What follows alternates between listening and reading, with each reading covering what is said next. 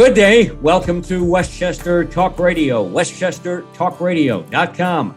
I'm John Marino. We are produced by Sharc Creative. We are made possible by Robeson Oil, the house that service built. By also to Michael Labriola, landscape design and construction of Armonk. Also by Hightower Westchester, managing your wealth to a fiduciary standard. And by Jaguar Land Rover of New Rochelle, White Plains, and Mount Kisco. We are joined here on the Cup of Joe political show by 92nd Assembly District Assemblyman, covering the towns of Greenburgh and part of Mount Pleasant.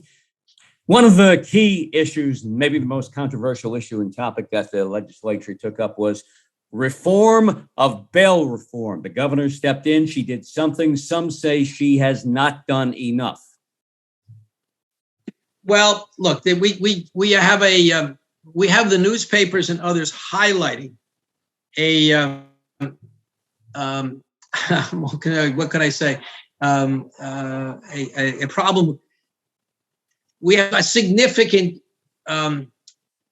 spate of gun crimes.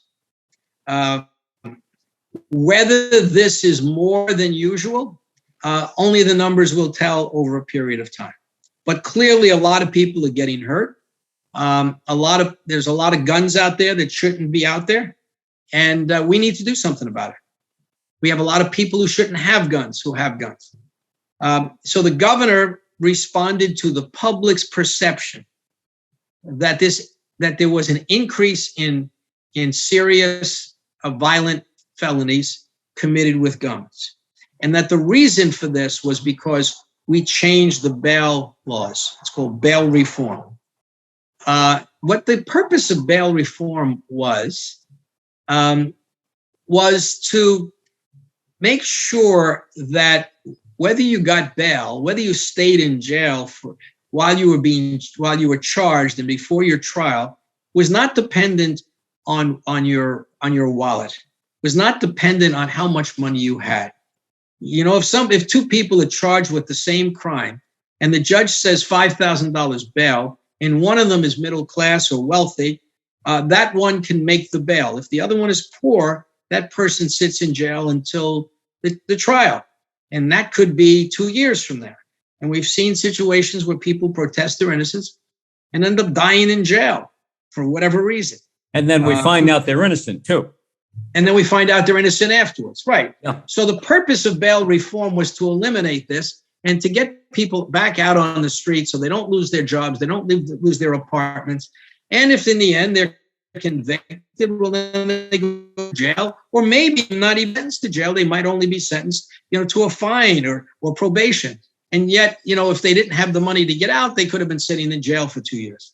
So that was the purpose. But some people have tried to argue that this is the cause of the spate of serious violent crimes. The numbers don't seem to bear that out. But there does seem to be another aspect of bail reform that I see that maybe bail reform was responsible for, and that's for the low-level crimes. There were a lot of people, in my judgment, who were sitting in Rikers Island because they had mental illness or because they even had autism. And they could not express themselves very well. They didn't have any bail money, and they were never sent out for an analysis to see if they were mentally ill, and the system just wasn't working. Bail reform had these people out of Rikers and back on the street. So you could blame bail reform for that. But really the problem is we don't have the mental health services to capture these people. What was supposed to happen when they came out of Rikers is they were supposed to get sent for services. But the ex-governor kept cutting beds. So, and you notice I keep blaming him for these things because he was more concerned about money than he was about people. And we, over year after year after year, closed facilities around the state and cut back on the number of beds. Plus, there's an extreme shortage of psychiatrists and other mental health professionals. We don't pay them enough.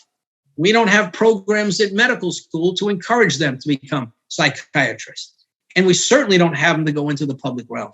I mean, it's much more lucrative for one of these psychiatrists to set up a private practice in one of our wealthy communities and deal with people who are going through matrimonial issues than it is for them to handle cases referred by the court for people who were arrested. And again, they get paid by Medicaid or some low rate. Excuse me.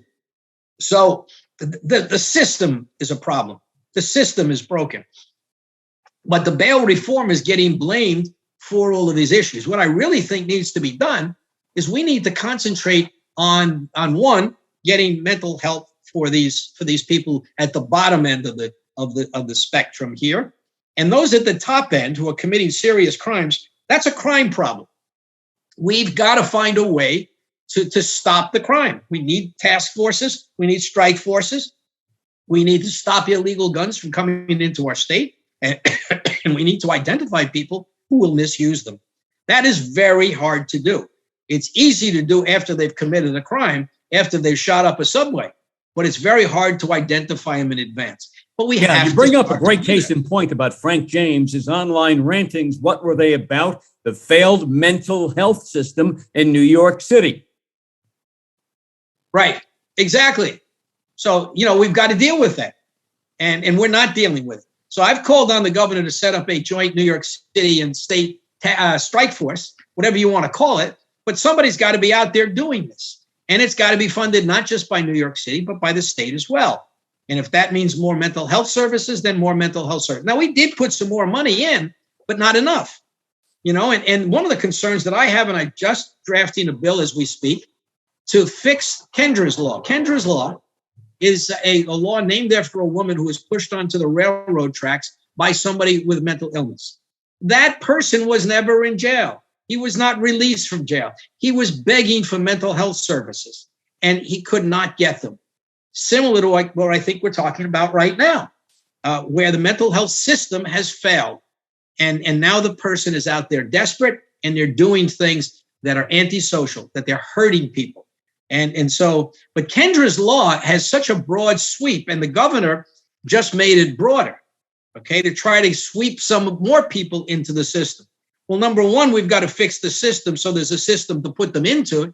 And number two, I don't want to see people with developmental disabilities getting swept in. Right now, that definition is so broad that somebody who has autism could get swept in. Now, they're going to go to a psychiatrist, and the psychiatrist is going to report back to the court, this person does not have mental illness. Okay, so now what? Do they go back into the court and get tried and found guilty when they didn't have the ability to form a mens rea, the intention to commit the crime? Or do they go to a mental hospital where they don't belong either? There's many people in Rikers Island who have autism, and they're there because the court did not find another place to put them. There are some famous stories about that. I won't go into it, but there are many situations where that is. So I'm putting a bill in. It should be ready in a day or so to amend Kendra's Law. So where the psychiatrist finds that the person does not have mental illness, but has autism or some other intellectual disability, that they don't send them back to court, that they send them to OPWDD, and that there's an obligation on the Office of People with Developmental Disabilities to take custody of this person and provide them care, because they're clearly needing help. They shouldn't be on the street. They shouldn't be away from their loved ones or their group home. They clearly need help, and we should be helping them, not putting them in jail. So that piece, I think, was missing from the governor's budget. And look, the public is very concerned right now about crime. We all are. I share their concerns. And look, there are advocates out there right now who are pushing for more reforms, in their minds, reforms. They want bail reform in a different way. They want parole reform. They want prisoners released from jail. I don't think the public is in the mind of doing that right now. And I think that those who are pushing that would be better served with putting their efforts into reforming the way we deal with people in prison. We need to reform people in prison, not just let them sit there. And once we've done that, then perhaps we could talk about how we let more people out on conditional release and things like that. But right now, for example, there are advocates who are saying when somebody's 55, and they've served 15 years in jail. It doesn't matter what the crime was. It doesn't matter what the courts think about this, whether the courts gave them life imprisonment without parole or whatever, that they should get a bail hearing. They should get a parole hearing. Reform the way we run these hearings, parole hearings. So in effect, what they're saying is 55 and out. Now, I have really serious problems with that, especially since our prison system does not reform people. I'm using the word reform in various different ways here, but I think your listeners will understand what I'm talking about. I think at this point, we've got to work on getting a better mental health system outside and inside prisons. And we've got to help people so that they don't end up committing acts that are going to be hurting, killing other people. Tom Abenanti, you are running for re-election for another term. Again, you were first elected to the Assembly in 2010. You're being challenged by someone whom I'm sure is a good friend, Mary Jane Shimsky, county legislator whose district on the county board overlaps into your state assembly district. She at one time worked for your predecessor, Richard Brodsky, who passed away in the early days of COVID a couple of years ago. You have been a public servant for more than 3 decades. You have a long list of accomplishments that goes on and on and on. Like you said about a particular topic a few minutes ago, we could just go on and on and on about that topic. We could go on and on about everything you've accomplished. Why should the people of your district elect you again, knowing that we live in changing times and the mindsets of many voters seems to continue to change too? Well, I have the experience, I have the expertise, and I have the energy. I am changing with the times. I'm understanding what the needs are. But you have to know history to be able to plan for the future. What is that line about those who don't know history repeat its mistakes? And I have been around and I understand this community. I served as a town councilman in Greenberg. I served as a county legislator, and now I'm in the assembly 12 years. But the way things go in the assembly, I've just gotten into leadership, and we've just taken over the Senate a couple of terms ago. So a lot of the things that I've tried to do, which are progressive, which are forward-looking, have been stymied because I wasn't in a leadership position, and the Senate was in the hands of the Republicans who had a bit of a different philosophy. Now, some people may like to say, well, don't worry, I'm going to get there. It's going to be different when I get there. I'm going to have an impact right away. It doesn't happen that way. Okay, there's 150 people in the assembly.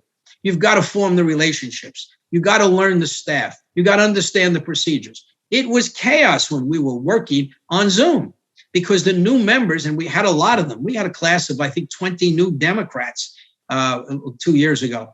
And it was chaos because they didn't get a chance to assimilate. They could say on Zoom what they believed in, but if they didn't know the technique on how to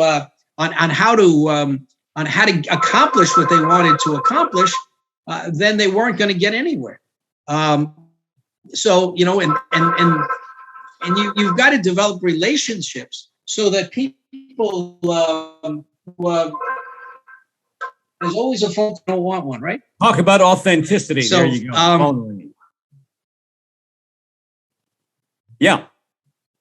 So you were talking about how newcomers have to develop relationships in Albany. Telephone number is 914-274-0745. Yes, that's authenticity. Of course, you get ads all of the time, right? That's one of the problems we're trying to deal with. My phone, the way it blows up. Yeah, we're trying to deal with those who unsolicited calls. We've done what we could in the state legislature. It's really a federal issue. But back to the campaign. But there's an example. You see, I'm adapting to the times. When I started, we didn't have all of these cell phones and right. We didn't have all of the different apps and everything like that. Those right. are in good. the early days, back when I was wrapped up in all like Plains 30 years ago, I'd call you up and say, "Tom, want to be on?" And you say, "Yeah, I'm passing by. I'm coming right to the studio." Exactly. Yeah. Now we're doing this on Zoom.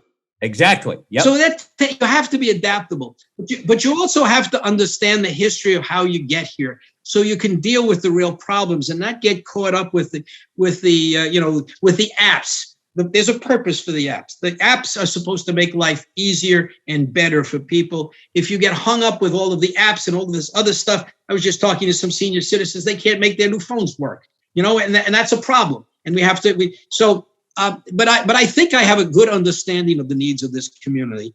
And I think I've been very good at helping to solve those needs. And I'm not done yet. I still do have the energy. And I'm now starting off in a new area. I have focused the Assembly's attention on people with special needs, people with disabilities. I pushed to get a committee set up. And the Speaker and the leader of the Senate, Andrea Stewart-Cousins, were both good enough and insightful enough to see the need for a committee in each house. I am the first chair of that committee. Now, it's not like being the chair of any committee that's already been going and has a staff and has an agenda. I am reaching out to people all around the state to try to establish an agenda, try to make people with disabilities a priority. I have an expertise in this area and experience. I do have a son with autism who's 22 years old. I've also had a previous child with a disability. And I've worked with people because of my being part of the disability community. I've worked with people all around the state. And now I'm calling on them to help me set up this agenda and help find some solutions to some of the problems that are out there.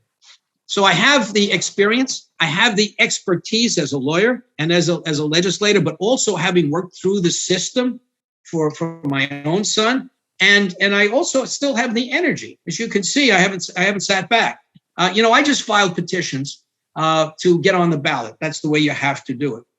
We filed 2,300 signatures. You need 500. We filed 2,300. We filed some 300 more signatures than my opponent. Okay, she's claiming that we need new energy in Albany. I got 400 of those signatures myself. She got 19 of her signatures. I'm asking you which one of us has more energy, okay? And I did this while I was in Albany working on the budget, while I was helping to put together that budget in meetings day after day after day, sometimes going late into the night. I had to do a letter as chair of a committee, and my letter on behalf of people with disabilities was very wide-ranging. Okay, I gave a 10-page outline of what I think people with disabilities in the state of New York need. And so after I would leave Albany, I'd come home and I'd go get signatures. And we're putting together a campaign. So, and on the statewide level, I'm seeing that the unions are responding. I've been endorsed by 1199 SEIU, a statewide union, and there are others coming along that'll be endorsing me because they know I'm there for the working person. They know that I care about working people. They've looked at my record. We've cut taxes for working people. That's one of the things we did in this budget. We actually put a circuit breaker on property taxes. Property taxes are the number one offending tax. They're very high in Westchester County. And so how do you deal with that? Well, you need the understanding of the different mechanisms that you can use. So number one, we put a circuit breaker on. It's something I've been pushing for a long time. Sandy Galiff from Northern Westchester was the lead sponsor on this. We got it passed last time and we kept it this time. I've also gone out and I've found different revenue sources for our local governments. The county of Westchester is talking about how they cut taxes. Well, they cut taxes because one of the reasons was we gave them an additional sales tax, which brought in a ton of money, especially during the pandemic. So they were able to cut the property taxes. I did something for the first time for towns. Cities have always been able to have a hotel tax, a room occupancy tax. Towns and villages never had it. Well, the town of Greenburgh was the first town in the state to get that. Why? Because I devised that bill. I put it in. Some of my other colleagues joined for their own towns and their own villages, and we went forward together. And the ex-governor vetoed it. So we did it again the next year, and he vetoed it again, and we did it the third year. And the speaker realized that we were insistent on getting this done, and he realized that this was something that our voters needed, and it was a good idea. He got the governor to sign it the third time as a charm. But you see, you need to understand understanding of the system. You need the understanding of your community and its problems. And you need to understand those tools out there that you can use to solve these problems. You can't just go up to Albany and say, well, I was the constituent services representative for a previous assemblyman, so I understand the system. No, you may know how to call some of the agencies to get some help for constituents, but it doesn't mean you know how to get legislation passed. It doesn't mean you know how to run a hearing. I ran a hearing, an oversight hearing for people with disabilities. It went for 10 hours. We brought people from all over the state to talk about the lack of employment for people with disabilities. That was a 10-hour hearing. You don't just call a hearing. You need to have contacts around the state. You need to know who to call up and invite. You need to how to schedule all of this. When they say that when Willie Mays played center field, nobody ever hit a difficult fly ball to center field, because Willie made everything look easy. So if you're doing it right, people don't recognize all of the effort, all of the expertise, all of the energy that it takes to get it done right. Somebody said, and I think it's appropriate here, unprecedented times call for extraordinary expertise. Unprecedented times call for extraordinary expertise. We are unfortunately in unprecedented times. And I think we need people who have an understanding of, like I said, the experience, the expertise, and the energy to understand what's going on in our community and to deal with it. The crime crisis that we're talking about, right, is a perfect example. It requires a balance. This is not the time to talk about, as my opponent has done, letting more people out of prison. This is the time to make people feel comfortable at home. We have to be careful to preserve the civil rights of those who are accused. They're innocent until proven guilty. But at the same time, we have to make sure there's a system in place that when we find somebody with a gun, and it's an illegal gun, we want that person to go before a judge and let the judge decide whether there should be bail. They shouldn't just be given an appearance ticket. We want to find out what's going on. In my mind, a person with a gun illegally is either a gang member or being chased by a gang, or is afraid of something that's going on out there. Why does that person have to have that gun? We need to get to the bottom of that. And I think it's just common sense. It's just common sense. But anyway, Mike, so I think the campaign is going very well. We filed a lot of signatures. We've got a very, very enthusiastic group of people who are volunteering their time. And little by little, we're putting together the campaign. I've been raising money. Unfortunately, that's one of the things that you have to do. The public finance system is not yet in place for the state. And so we have to raise money. And I've also been, as I said, out on the street, shaking hands, giving out literature. And we will start the rest of the campaign soon. Tom Abenanti wants to wish you the best during this campaign. Thank you. Here. By the way, I'm not shirking my responsibilities as an assembly member. I'm still pushing my legislation in Albany, and I'm expecting that we're going to pass some very good legislation. A lot of it is focused in the area of people with disabilities, again, because that's my job. Okay, I am assigned as chair of this committee to make things better for people with disabilities. And I have the experience and the expertise. And so I'm doing something right now that nobody's looked at before. I am trying to put together some legislation which will encourage innovative types of housing for people with disabilities. Right now, OPWDD is stuck in a mindset rather, where it's either a group home or some other type of housing that they've seen before. We have parents and relatives all across the state are coming up with different models of housing, and OPWDD has been pushing back against them.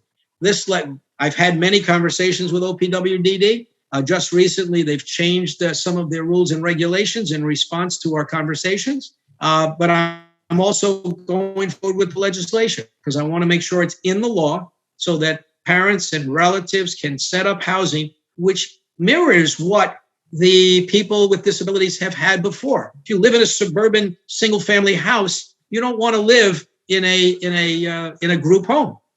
You want to live maybe by yourself or with one or two of your friends. You want to be able to choose your roommates. You want to be able to go out into the backyard. And you know, you want to be able to walk downtown, even if you need a one-to-one aid. You're used to doing that. You're used to going down to the pizzeria. You're used to going out to dinner on Friday night or Saturday night.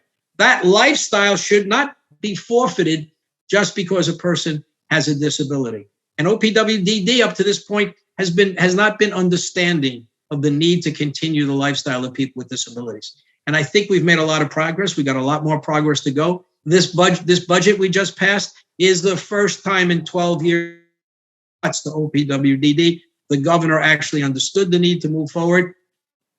And I know we had a lot of conversations before the budget came out and during the budget time. So I think we've made some progress, but this is one of my motivations to go back. Also, as you said, on the environment, we made some real progress in the area of the environment. I'm looking at something that's totally different.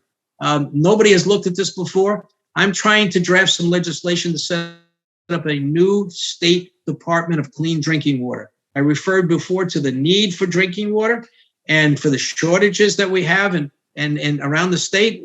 But we need somebody in charge. We need to have somebody in charge on the state level. Right now, you've got the health department, you've got DEC, that's the Department of Environmental Conservation, and you have the Public Service Commission. The three entities don't work together. We need one department in charge of this. That's another one of the things that I want to get done, in addition to trying to straighten things out for people with disabilities.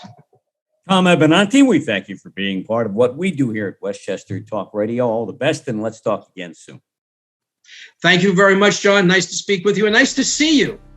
Good to see you. Yes, without a doubt. It's been a while. So, Tom Abenanti, we'll talk again. All the best again from Westchester Talk Radio. And this is The Cup of Joe, political show. I'm John Marino, and we are produced by Sharc Creative, made possible by Robeson Oil, the house that service built, by Michael Labriola, landscape design and construction of Armonk, also by Hightower Westchester, managing your wealth to a fiduciary standard, and by Jaguar Land Rover of Mount Kisco, White Plains, and New Rochelle. Catch all of our Westchester, Rockland, Putnam, and Dutchess Orange and Fairfield County Talk Radio programming on our YouTube channel, Sharc Creative YouTube, and we have an app now. It's called Westchester Talk. Download it, take it with you anywhere and everywhere you go, 24/7, courtesy of Sharc Creative.